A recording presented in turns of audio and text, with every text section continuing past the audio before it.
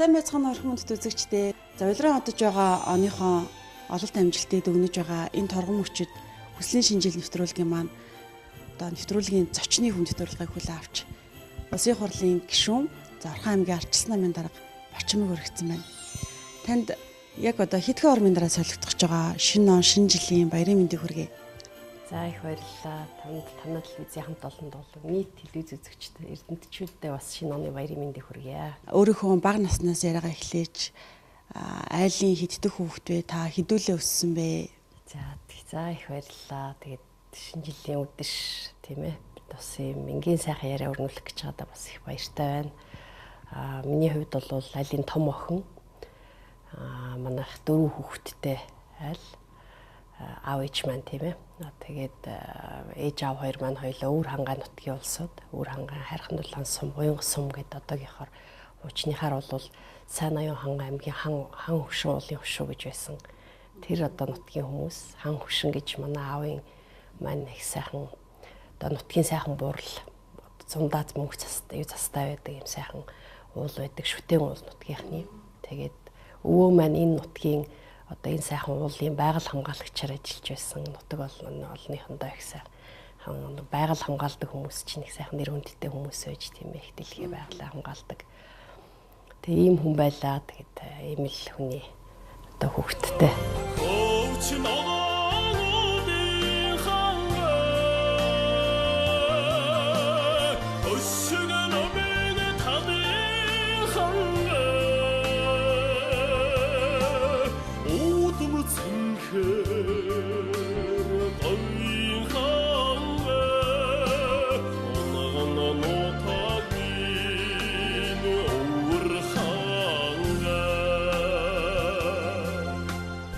Миний бага нас одоо Өвөр хангаан аймгийн 10 хэр гэдэг одоо аймгийнхаа төвд ер нь бол анх би Өвөр хангаан аймгийн Тарагт сум гэдэг аав маань одоо хөдөө аж ахуйн дээд сургууль төгсөөд тэнд одоо инженерээр томилогдож очиод ээж аав хоёр маань айлгэр болоод удаагүй байхад тэнд төрсэн байдаг. Тэгээ 2 настай байхад манай аав ээж хоёр маань аймгийн төвд ирж суурьшаад тэгээ бага нас маань бол ер нь тэнд өнгөрсөн 10 хэрийн 2 дугаар 10 жил гэж сургуульд сурч байлаа.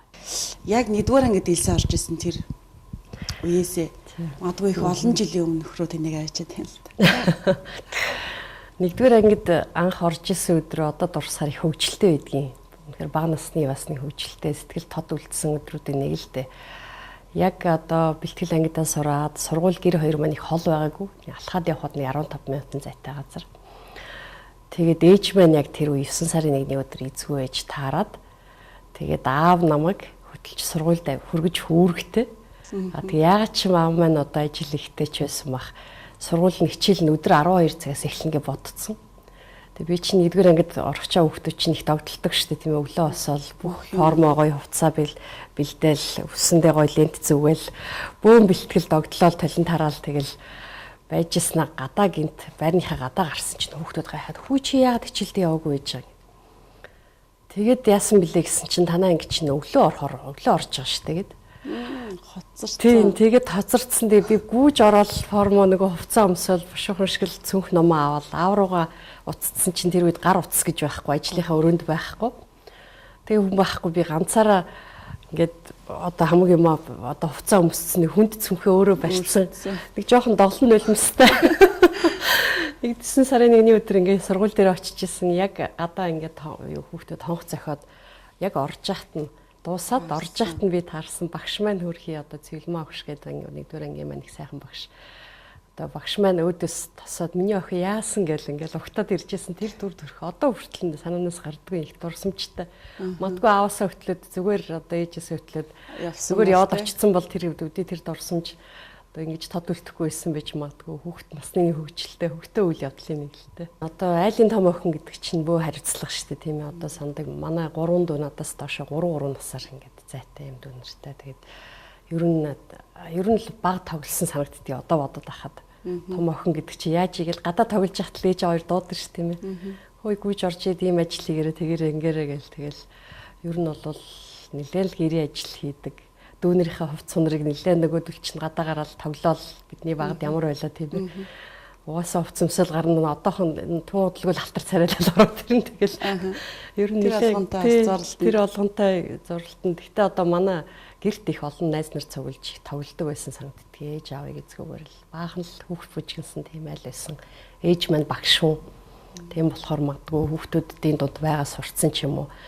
Манад ягаад хүүхдүүд бүжигнэх дуртай байсан гэхэлэр одоо эргээ бодохоор ээж маань бас хүүхдүүдэд хайртай. Тэгээд хүүхдүүд орж төвшөөдгүү тий. Төвшөөдгүү чихэр атгаад өгнө. Бүжигнэ тэгэл бид нар чи манай гэрт их л олоолоо тоглож бас гэртээ их. Ер нь гадаа гэхээсээ илүү гэртээ их бүжигндэг байсан санагддаг. Одоо эргээд бодоход одоо ингээд харьцангуй ингээд төлөвшөөд нас тогтоод ингээд ирэх ирээр яг би бол 10 дугаар анги төгсөөд ээж аав маань ч одоо Тунгадалгүй хотод ирсэн хотын хүмүүс болсон. 90 оноос хойш Улаанбаатарын хүн болцсон л доо. Гэхдээ одоо ингээд эргээд бодох тусам нөгөө бага нас тийм ээ. Одоо нөгөө сургууль маань тоглож өссөн тэр нөгөө байр тэр хотхон орон сууц тэр байрны хүүхдүүд маань тэгэл цаашлал одоо эмээ маань эмээ дээрээ бид нэр их очиж аавынхаа нутаг хайрхан дулаан суманд маш их очдөг байсан. Тэр сайхан нутаг ус байнга ингээд санаанд ордог болдгийн байна ойрхон бас болвол нэг зундаа нэг очих санаатай. Манай тэр одоо нутаг бол сайхан нутаг л та. Анхны Монгол улсын одоо Богдханд Монгол улсын анхны ерөнхий сайд Намнан Сүрэнгой яг тэнд төрж өссөн. Монгол улсын олон алдартай одоо бүгч одоо зохиолчид, эрдэмтэд, бүгчүүд одоо сүүлийн үед одоо морь уяачид гэл их олон алдартай хүмүүс тэндээс төрж гарсан. Ер нь бол би бас хүн сайн явах өөр их биш. Зөвхөн өөр их биш, тийм ээ. Сайхан нутаг бас, сайхан хамт олон аав ээжийн буян заяа гэж бас бодож явдаг. Өнөөдөр бас миний ажил амьдрал болж бүтэж яваа бол олон нутаг бас. Олон хүний одоо буян зүгээр нэг сонин түүх ингээд нэгэн аав ээж одоо намтраа ярьж байгаа юм чи нэг сонин түүх хэлэхэд аав маань ээжээс 8 эцэгхээсээ 8 тэгээд тэр 8 хүүхдийн дотроос одоо би 4 дахь их хурлын гишүүн юм бэлээ. Тэгээ аавын маань ах эгч одоо яг дээдлийнх нь ах эгч хоёр нардын хурлын депутат явсан хүмүүс. За яг доотлынхын дүүгийн нөхөр нь бас ардын хурлын депутат манай хүргэн ах гэсэн үг л дээ тийм ээ. Үндсэн хууль тогтоож явсан юм хүн байна. Тэгээд араас нь одоо би бас ингээд их хурлд ажиллаж байна. Ингээд бодоод ахаар хүмүүс нэг одоо төрд ажиллах ч гэдэг юм уу тийм ээ. Түмний төлөө юм бүтээж яв гэж одоо магадгүй одоо аав ээж юм байна. Өвд эцсийн маань бас нэг оноосон бас нэг үүрэг даалгавар байдгийн болов уу гэж заримдаа бодож байдаг. Таны багын хүмүүжил өссөн орчин ер нь номын хүн болоход ч их нөлөөсөн үү? Гэхдээ яг би сая хэллээ. Ер нь бол яг өөрөө яг зөв хэлж байна. Хүнд ер нь гэр бүл гэдэг бол маш чухал зүйл. Гэр бүлийн хүмүүжил, багын хүмүүжил гэдэг бол яг тухайн хүн насан туршдаа одоо бас яаж төлөвшөж, яаж ажиллаж амьдарч явах гэдэг юм бэ. Нэг том суурь нь болдог гэж боддог. Тийм ч учраас би зүгээр бяцхаа ингээд хайлаад ярихад одоо хувийн гэр бүлээ ярьж байгаа ч гэсэн би хувьдаа бол өнөөдөр бид сайн сайхан явъя гэвэл үр хүүхдээ сайн сайхан явуулъя гэвэл эцэг эхчүүд гэр бүлдээ хамгийн түрүүнд хамгийн их анхаарал тавих хэрэгтэй. Хүүхдээ бага багт нь хүмүүжлэлд нь анхаарал тавих хэрэгтэй. Улс орон сайхан явъя гэвэл гэр бүл рүү дахиад хандах хэрэгтэй. Тийм учраас бид нар одоо гэр бүл рүү хандсан бодлого, гэр бүл рүү хандсан хайр халамж болов гэдэг бол ирээдүйд Монголын ирээдүй сайхан байх, үр хүүхдээ сайхан, улс орноор энэ үндэстэн сайхан байхын одоо хамгийн чухал суурь юм байна л гэж боддог. Зөв миний багын хүмүүжил гээд ингээд бодох юм бол одоо ингэ эргээ бодохоор би одоо ээж аав хоёр маань надад за чи яг тэг гэл ягштал сургаад байсан одоо бас тэр болгон сандгүй юм. Зөв юу бодогдтгүй ерөнхийдөө аав маань бас нэлээ нэг тууштай зантай хүн. Нийгэм судлалын багш манай ээж. Тэгээд түүх нийгмийн чиглэлд бас хичээлүүдийг би бас нэлээ сонирхдаг байсан л та. Би зөвхөн сонин түүх ярихад оюутан болоод 1990 онд би хүмүүнлэгийн их сургуульд гадаад тэр тухайн үеч гадаад нэгдсэн сургууль гэж байсан. Нэгжлийнхаа үед тий арчлалтай зэрэгцээд одоо 10 дугаар анги төгсөөд тэгээ 90 онд оюутан болж илаа. Гадаад нэгдсэн сургуульд элсэж орж исэн. Тэгээ тухайн үедээ ерөнхийдөө бол англи, герман гэл хэлний ангид сунгаж орж болохоор байсан. Би тэгээд дунд сургуульд байхдаа нэг жоохон гадаад хэл, англи ер нь хэлэн сонирхолтой англи хэлний хичээл сонирхоод үзчихлээ бие даагаад. Тэгээд юу гэж бодсон гэхээр ерөөсөө англи хэлийг бол би даа сурч болдог хэл юм байна. Би ерөөсөө хамгийн хэцүү хэл гэдэг хятад хэл сурах гэсэн юм бодолтой.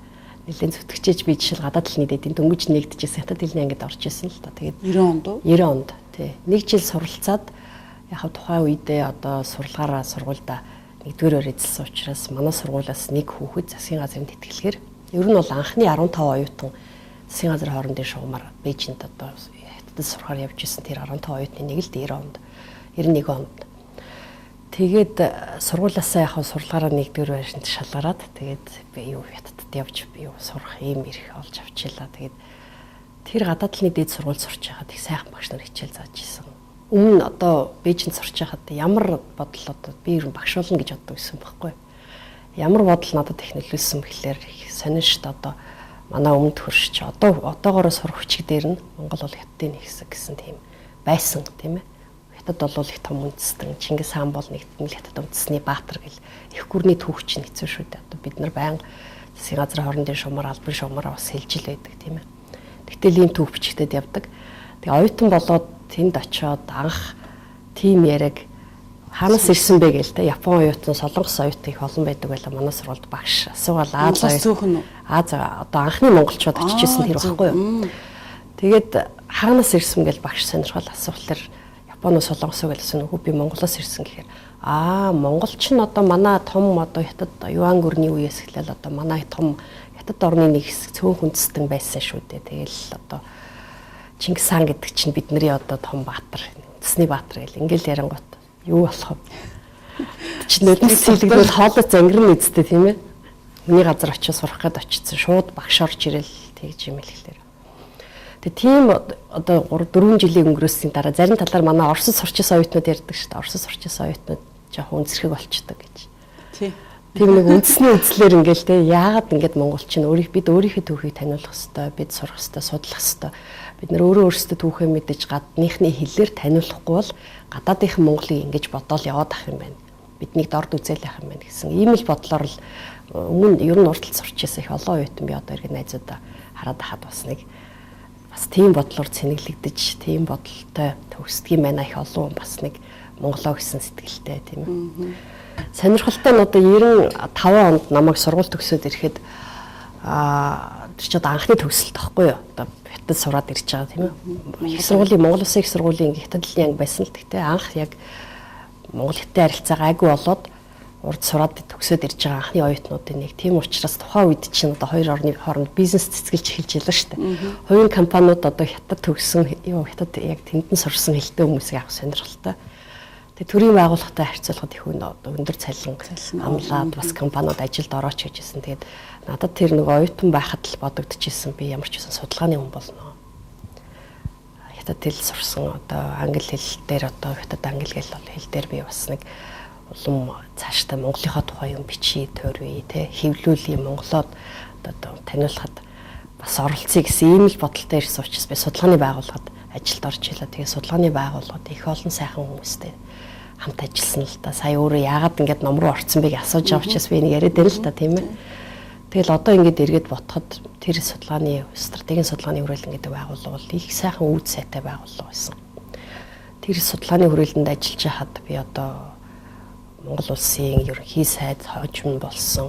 За Монгол улсын одоо олон орнд элчин сайдаар томилогдсон, цэргийн аташаагаар томилогдсон гэд манай хүрээлэнд ажиллаж байсан олон хүмүүс бол яг Монголынхоо улс орныхоо төр засгийн төлөө гадаад харилцаа, батлан болох аюулгүй байдлын салбарын төлөө одоо их хувь нэмрээ оруулсан олон мундаг ахмадууд тэр хүрээлэнд ажиллаж байсан.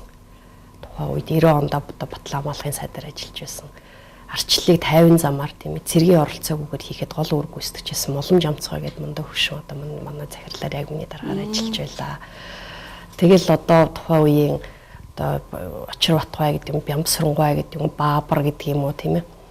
Гэл олон нэр хүндтэй хүмүүс манай хүрээлэнгээр байнга орж гараад арга хэмжээнд оролцоол ингээл явдаг гэсэн. Одоо ч гэсэн хүрээлэнгийн бодлогын зөвлөгөө тэр хүмүүстэй байнгын холбоотой сургаал үгийн сонсоод явж байдаг. Тэгээд ийм сайхан хүмүүсийн дунд ажиллаж исэн надад нэг тийм ном руу татагдах тийм ээ. Хийж байгаа ажилдаа дурлах, цалин багтаа ч гэсэн 16 мянган төгрөгийн цалинтай анх ажиллаж хийж исэн байдгийг.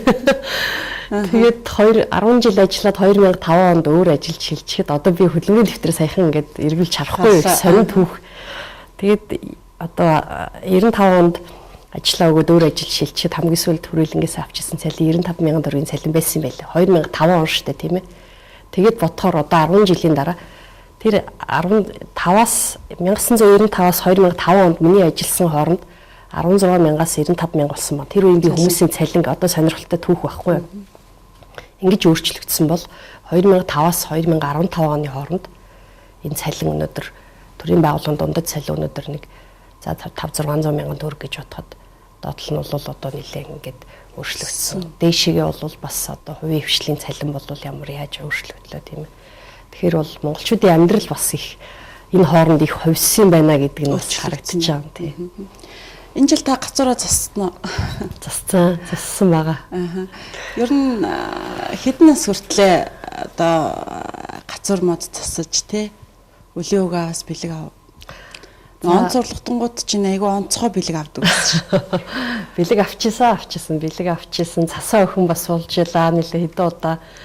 Ерөнхийдөө бол бага байхад их гой санагддаг байсан зүйл бол гацуур модоо засчаад цонхон дээрээ гацуур модоо засаа гэрлийн насаачаад дандаа гадаа гарч ирж цонхныхоо дороос хардаг байсан байхгүй юу? Тэр нь цонхон дээрээ засаад уу? Тэр үед ч одоо ийм өндөр гой гацуур одоо хоорхон шүү дээ. Ер нь бол бидний багт чинь айлууд их хөвчлэн цонхон дээрээ юм цонхныхоо өмнө засдаг. За их өндөр одоо том гацууртай ёлктой айлын гацуур болвол ингээд цонхны тавцан дээр засахад ингээд дээшигээ тулдаг. Тэр үеийн одоо цонх бас нэлээд нэг стандарт нэг загвар байсан юм шиг санагддаг.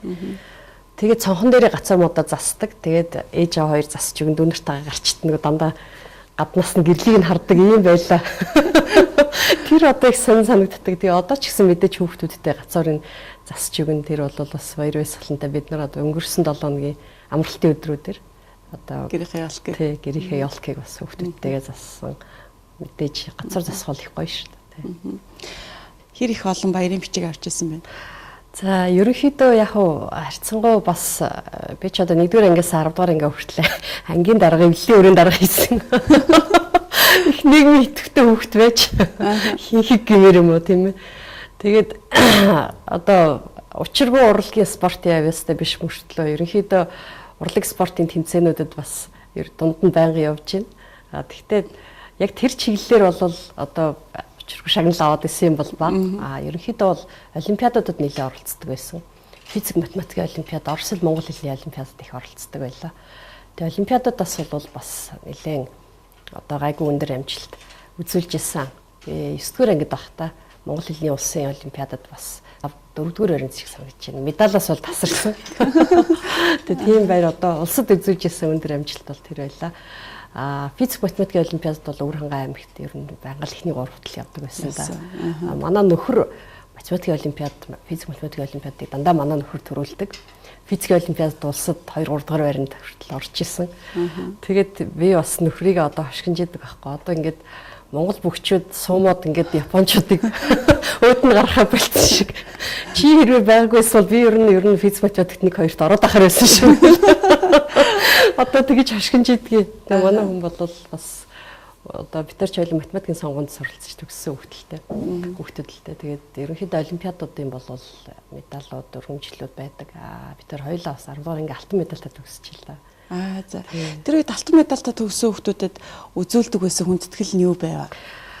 Тэр одоо их сайн шүү дээ. Бид нар чи 90 онд 10 дугаар анги төгссөн. 90 онд 10 дугаар анги төгсөх чинь ингээд хүн болгон бужигдсан тийм үе байсан байна. Тэгээд алтан медальтай төгссөн болцлоо хангаад бүх одоо алтан медальтай бүх л хичээлүүдээр онцгээд ингээд гарчлаа.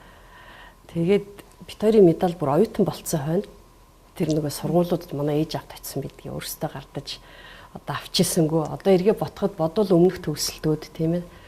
Тэгээ хүүхдүүд алтан медаль өөрсдөд нь гадуулж ирсэн тийм байдаг байсан байлгүй. Би одоо яадаг байсан одоо сайн мэдэхгүй. Гэтэ бүр өнгөрцөн сургууль төгсөд оюутан болцсон хойно одоо гэртээ ээж аваад талхардуулж өгсөн байдгийг. Та 3 хүүхэдтэй тийм ээ. 3 хүүхдээ ээж болсон. Тэгэхээр таны 3 хүүхдээс ер нь тийм юу гэдэг таны зан чанарыг илүү их өвлцсөн ч гэдэг юм уу? Манай 3 хүүхэдтэй ер нь ингэдэг штэ 2 охин 1 хүүтэй. Айлын охтууд аавдаа их ойрхон, хөвгүүд ээжтэйгээ ойрхон байдаг гэдэг штэ тийм. Бас үний юм шиг байгаа. Манай охтууд бол аавдаа их хэрэглэнэ, аав нь ч хэрэглүүлнэ, аав нь ч хүүгээ хэрэглүүлнэ. Тэгтэл яаж ийг л хараад байхад охтууд нь ааврахаа их хүүгээд байх шиг тийм. Санагдтаа. Би бол хүүтэйгээ бас их найз. Манай хүү бол аавдаа ярихгүй зүйлээ бас хаяа хоорондоо шивнэ.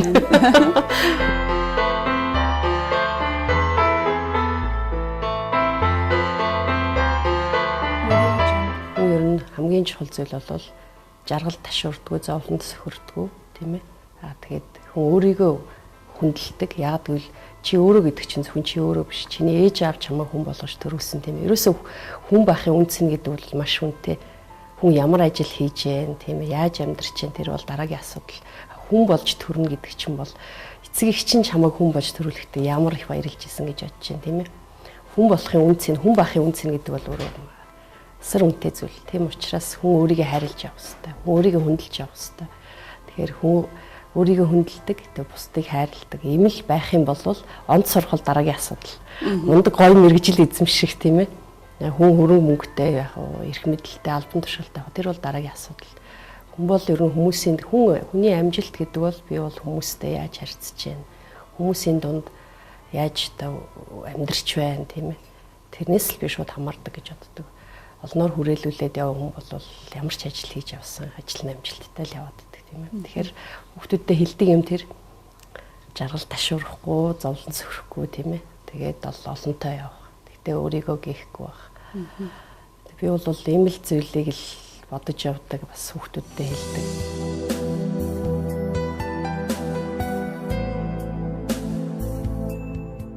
Баг байхад таны үздэг байсан хамгийн их сэтгэл тодвцсан кино. За би хөвгчлөлтэй түүх ярьж. За их сэтгэл тодвцсан кино бол над 2 кино идэх. Одоо би ч нөхөртөөгөө 7 дугаар ангиасаа эхлээд найзласаар гэр бүл болсон 2 штэ. Тэгээд одоо магадгүй анх хоёлаа ингээд найз олоод одоо анхны дурлал гэх юм уу те бага насны хүүхдүүдийн анхны үеэрхэл хамгийн дурсамжтай үедээ үзсэн кинонууд болохоор тэр юм би чамд хайртай гэх.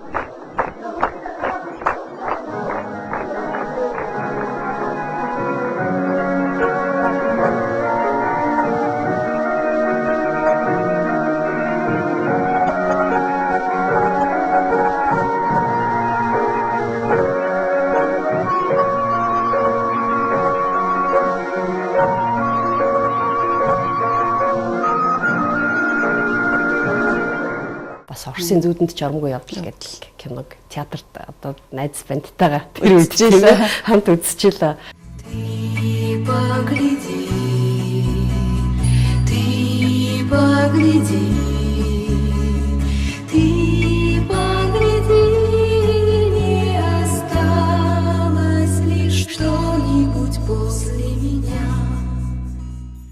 Энэ 2 кино бол их гоё байдаг.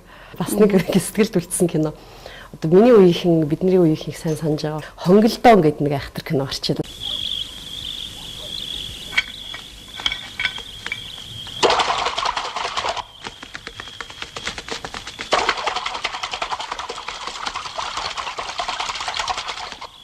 Сенсацтай дөнгөж орж ирэл өнгөтөр айгүй гоё одоо зургийг авцсан маш мундаг кино. Тэр бол Хойд Солонгост хийсэн кино л да, Өмнөд Солонгост. Тэгээд нэг л өдөр одоо би нөхөртөөгөө тэр үед юу найз байсан үе л тийм найзалдаг. Тэр үеийн хүүхдүүд ч их даруухан байлаа шүү дээ. Сургуулаа төгсөөл илүү ойр дотн болно гэхээс биш үерхэн гэдэг чинь бол үерхлээ. Хэлбэрний хэмжээний даруухан. Гэтэ бид хоёр их уцаар ярьдаг байлаа. Би нэг самсгүй явж байгаад их гоё кино үзчихлээ.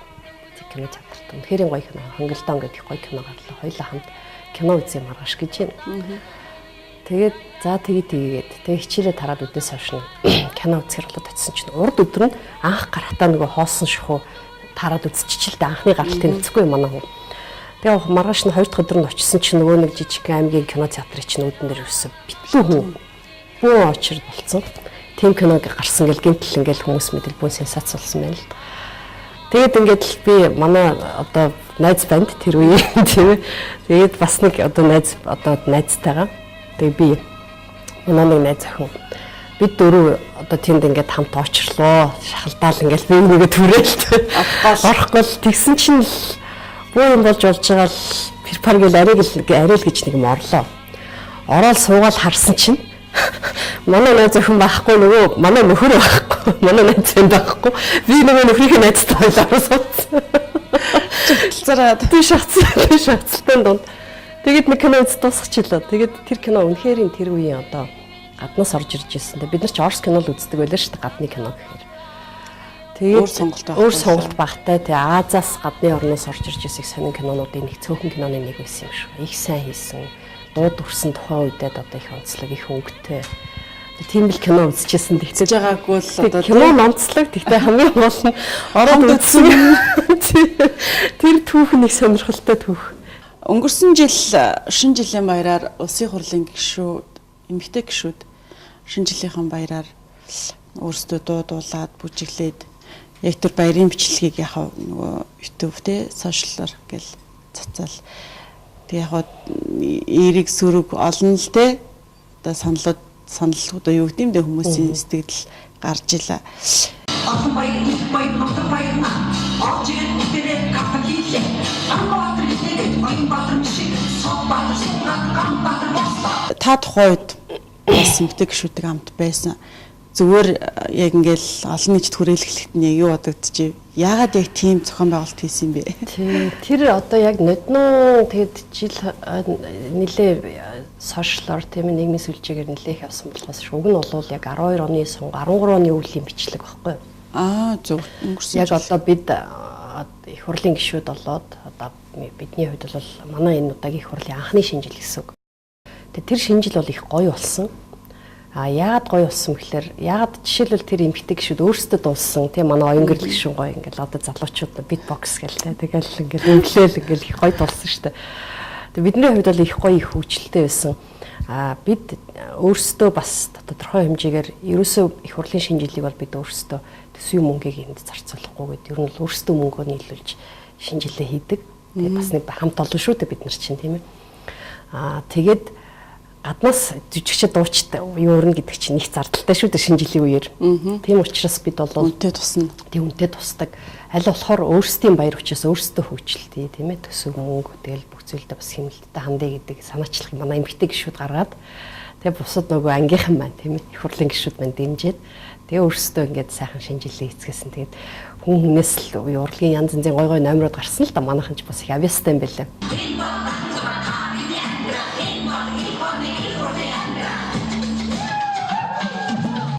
Дуулахын дуулаад өөрсдийнхээ зохиосон шүлгийг уншаад бүжиглээд тий зөвхөн тэр бичлэг гарсан хамгийн сонирхолтой олон хүмүүс зөндөө тийм хамт олон дундаа өөрсдөө хөгжилтэй сайхан байсан. Тэгээд тэр магадгүй хамгийн өргөц бөгөө сонирхолтой бичлэг нь тэр бичлэг байсан тийм ээ. Манай гишүүд эмэгтэй гишүүд өөрсдөө бас нэг хамт олон өөрсдөө дундаа сайхан баясыг хөгжилтэйгээд өөрсдөө үг бичээд тэр дууны аянд оруулж өглөөд бүжиглээд хөгжилтэй зүйлсэн. Тэгээд сүүлд нь бичлэг цацагдахад нийгэм бол янз янзаар хүмүүс янз янзаар хүлээж авсан л та.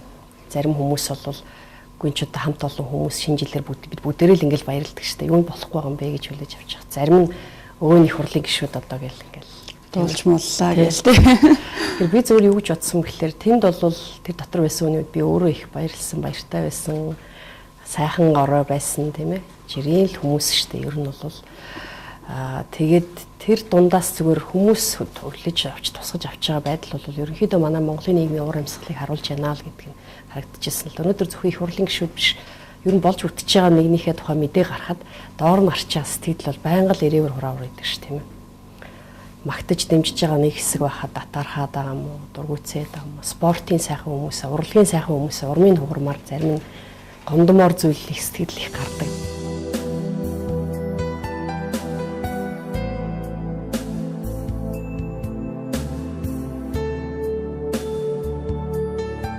Тэгэхээр би бол өнөөдөр бид нар нэг зүйлийг бодож явахад би хувьдаа байнга ихтэй байдаг зүйл бол ер нь хүн өөдлөх хувь хүн ч вэ, улс орон ч вэ өөдөө явах хэсэг нь өөрсдөөс нь хамаардаг.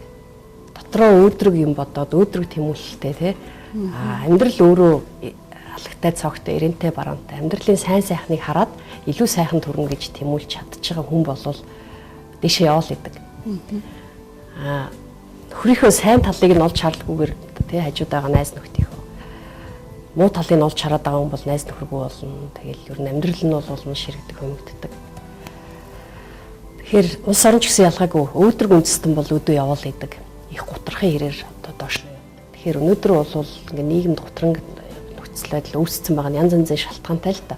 Гэхдээ би бол хүмүүс өөрсдөө хичих ёстой л гэж боддог хувь хүмүүс. Өнөөдөр монголчууд бид нар бүгдээрээ одоо жишээлбэл нийслэл хотод амьдардаг ч гэдэм үү, гоё орон сууцнд амьдардаг, гоё машин ундаг. Одоо тийм байгаагүй шүү дээ, тийм ээ. Монголчууд нийслэл Улаанбаатарт одоо л сая хэдэн зуун мянган хүн амтай болж байна. Миний өвөө бидний өвөг гэцэг байд юу. Үүдээс ч гэсэн малчин хүмүүс л байсан, тийм ээ. 4 хантай бор гэртээ амьдрал ингээл явахтаа ч гэсэн өөдрөг үзлэр үр хүүхдээ хүмүүжүүлээд өөдрөг үзлэр одоо явж ирсний хүчинд тэр одоо 11 он гэдэг тэр 100 жилийн өмнө төсөөлшгүй хүнд нөхцөл тусгаар тогтнолоо тэмцсээр аваад олоод авцсан байна, тийм ээ. Том орнуудтай харилцаа тогтоогоол нүүбийн гишүүн болол гутран хүн бол Монгол бүтэхгүй гэсэн ухаар, тийм ээ. 5-600 мянган хүн амтай хамгийн тий оюунлаг хэсэг нь бол сум хийдэд юу одоо шавлаа суудсан албан боловсрал байхгүй, эмнэлэг байхгүй. Тухайн үедээ одоо нийгмийг хамарсан алдуурт өвчнөд их иргэдсэн. Өөрийн цэрэг аримгүй төр засаг тогтоогүй. Тийм үед бидний өвөг дээдс тэмцэж хагаад тэр дундаас тусгаар тогтнол олоод авцсан байдаг. Тэр үеийн амьдралыг өнөөдрийн өөрсдийнхээ амьдралтай жишээд үзтээ, тийм ээ.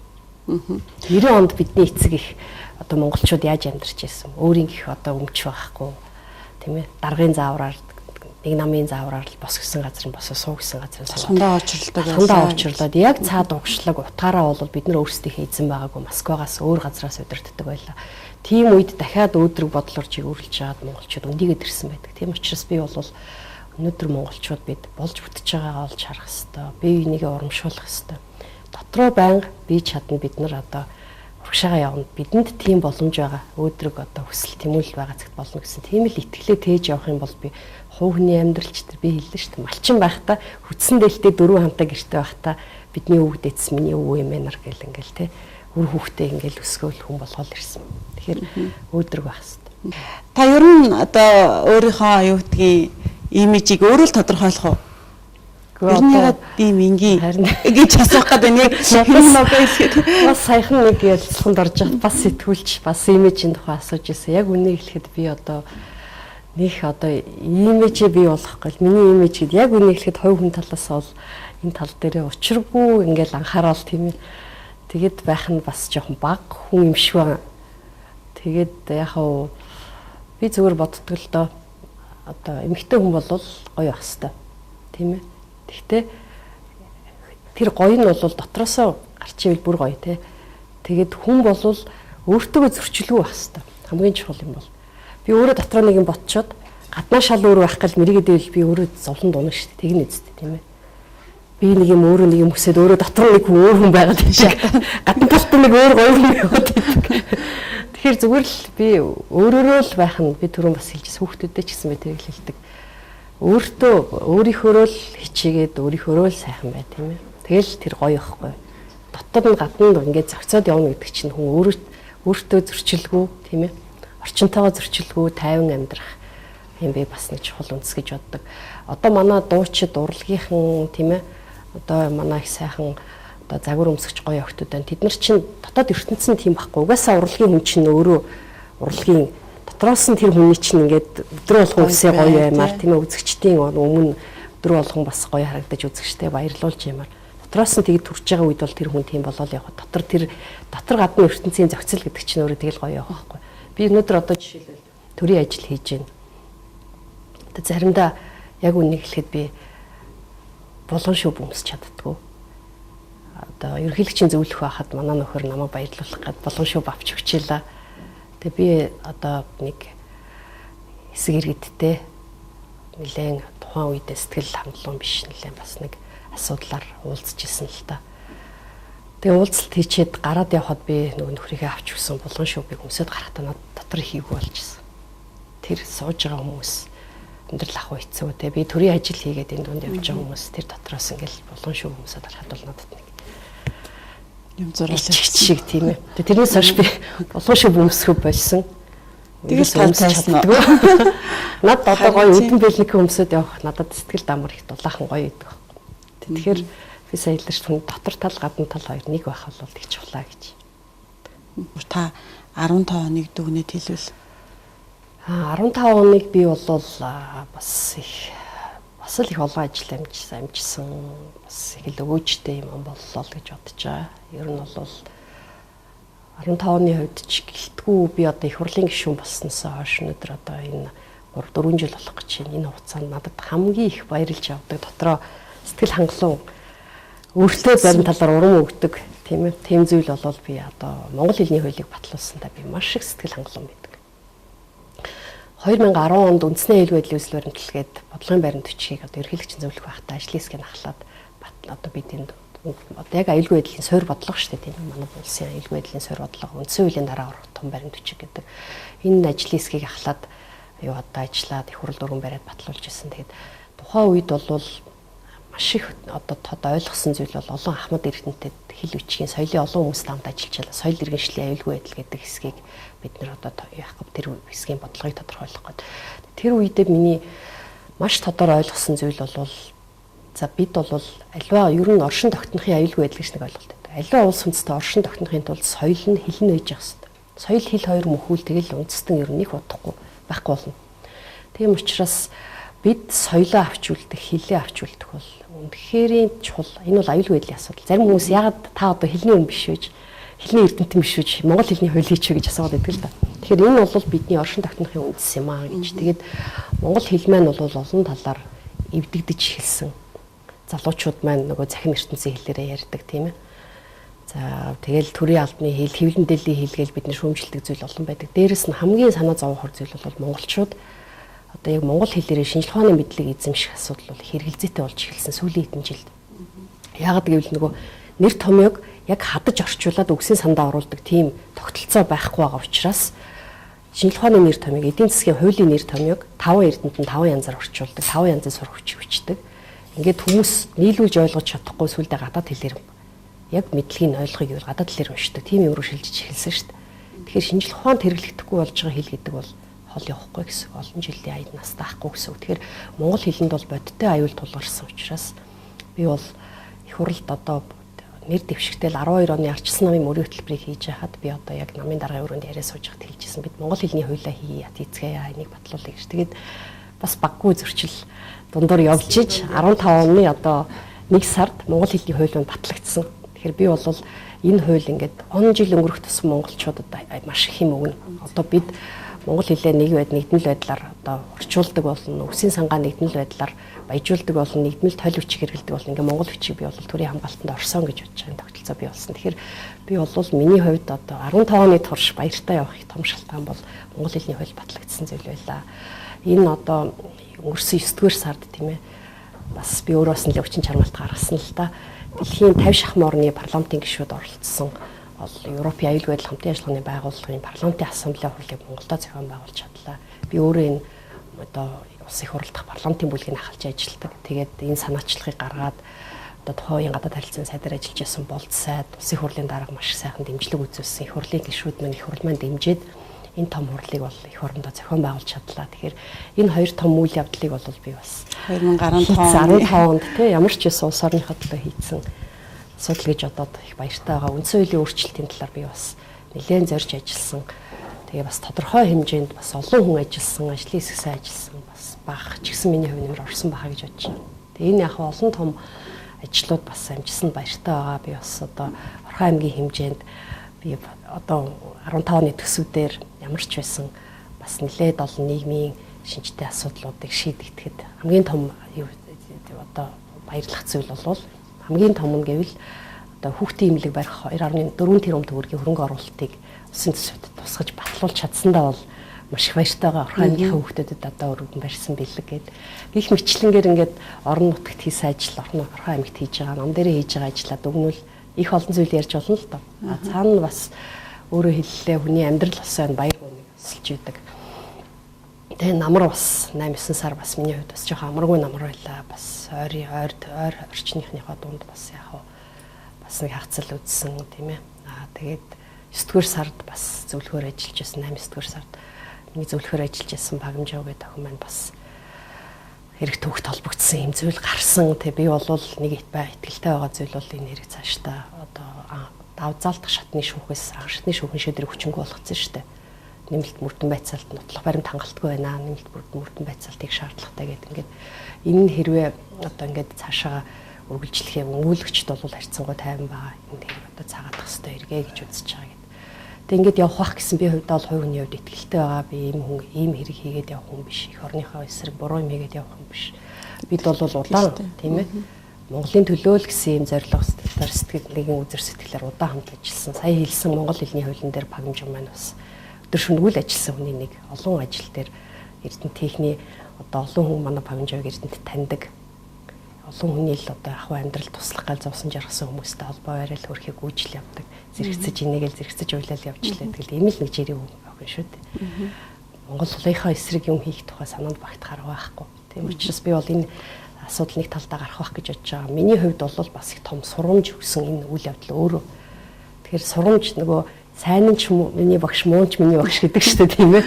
Бочин гэдэг хүн захиад цаашаа ингээл амьдрал дунд ингээл цаашаага ингээл алхаад явхад нэг сургамж, маш том сургамж өгсөн үйл явдал болсон гэж би бодож байгаа. Тэгээд 16 оныг та зүгээр 1 сарын 1-нд маань Эрдэнэ хотын 40 жилийн нээлт болно. Дөнгөж шинэ он гараад тий шин цаасан дээр одоо бид нараас 40 жилийнхаа нээлтийг хийх гэж байна. Залуу сайхан хотолтой манай Эрдэнэ хотол. Тэгэхээр 16 оны төлөвлөгөө бас магадгүй таны одоо өрийн дэвтэр дээр бичигдсэн байгаа. Одоо 16 онтой холбоотой Эрдэнэттэйгээ эрдэнэтчүүдтэйгээ холбоотой миний нэг их одоо биелээсэ гэж бодож байгаа их том хүсэл бол 16 онд үндсэн хуулийн өөрчлөлт хийгдээсэ гэж бодож байна. Үндсэн хуулийн өөрчлөлт Монгол улсын хэмжээнд бүх монголчуудын хувьд их чухал өөрчлөлт хийж чадвал дэвшил авчирна. Тэр дотроо хамгийн одоо Эрдэнэттэй холбоотой хамгийн чухал зүйл бол 16 онд Эрдэнэт байна улсын чанартай хот болоосай гэж. Тэгэхээр Эрдэнэт бол цаашдаа Улаанбаатарын дараах Монгол улсын 2 дахь том хөгжлийн дэвшлийн төв нь болоод тийм ээ. Эдийн засгийн хувьд, санхүүгийн хувьд өргөжин тэлсэн, бизнес нь улам тэлсэн, олон сайхан одоо ихтэй сургуульд юу Эрдэнэтэд цаашдаа байгуулагдсан эрүүл мэндийн үйлчилгээний их том төв болсон одоо Эрдэнэт медикал гэдэг одоо Монголдо дээгүүр тооцогдохоор сайхан имлэг ашиглалтанд орох гэж байна шүү дээ. Хөвсгөл нуурлууч Монголын хамгийн үзэсгэлэнтэй хөвсгөл нуурлууч засмал зам элентээр юу дараад тавьчихсан. Эрдэнэт маань ингээ цаашдаа аялал жуулчлалын төв болсон, эрүүл мэндийн үйлчилгээний төв болсон, боловсролын том төв болсон тийм ээ. Эдийн засаг нь хөгжсөн ийм том хот болох суурь нь 16 он тавигдсан. Үнцөлийн өөрчлөлт хийгдээсэ гэж би 16 оныг өсөн хүлээж байгаа. Тэр өөр их гоё юм хэлсэн. Одоо амьдрал цаашаа яаж ч өрнж болно. Ер нь хүний амьдрал чинь түүхийгээ туршид зовлонтой жаргалтай ээлжлэл явдаг. Улс нийгмийн амьдрал ч гэсэн тийм л байдаг. Байнга бүх юм 100% ингээд санснаар явдаг, төгс төгөлдөр явдаг цаг үе гэж ерөөсөө хүний нийгмийн түүхэнд байгаагүй шүү тийм ээ. Тэгтэл бид дээшээ явж байгаа ус үндэстэн. Тэр хооронд нэг жоохон даваа нугчаад харж болно. Гэхдээ бид дээшээ явж байгаа ус үндэстэн. Тийм учраас дөрөв хэлсэн их сайхан үг санаа зүг бол заяа зөв гэж. Сайн явах санааных гэж тийм ээ. Тэгэхээр би бол зөв зүйл бодож явахад хувь хүний амьдралч болно. Монголчуудын амьдралч үүдээ явнаа. Ер нь бол ирж аваа цаг бол бидэнд муугаасаа илүү сайн сайхан дохиог их өгч байгаа. Сайхан цаг олон одоо ирнэ л гэж л би боддог. За баярлалаа. Ингээд эрдэнэтчүүдтэй 2016 он хүсэл бүхэн бүтэж биелсэн эрүүлийн аз жаргалтай амжилт бүтээлээр дүүрэн сайн сайхан он болохын ерөөлийг өргөн дэвшүүлье.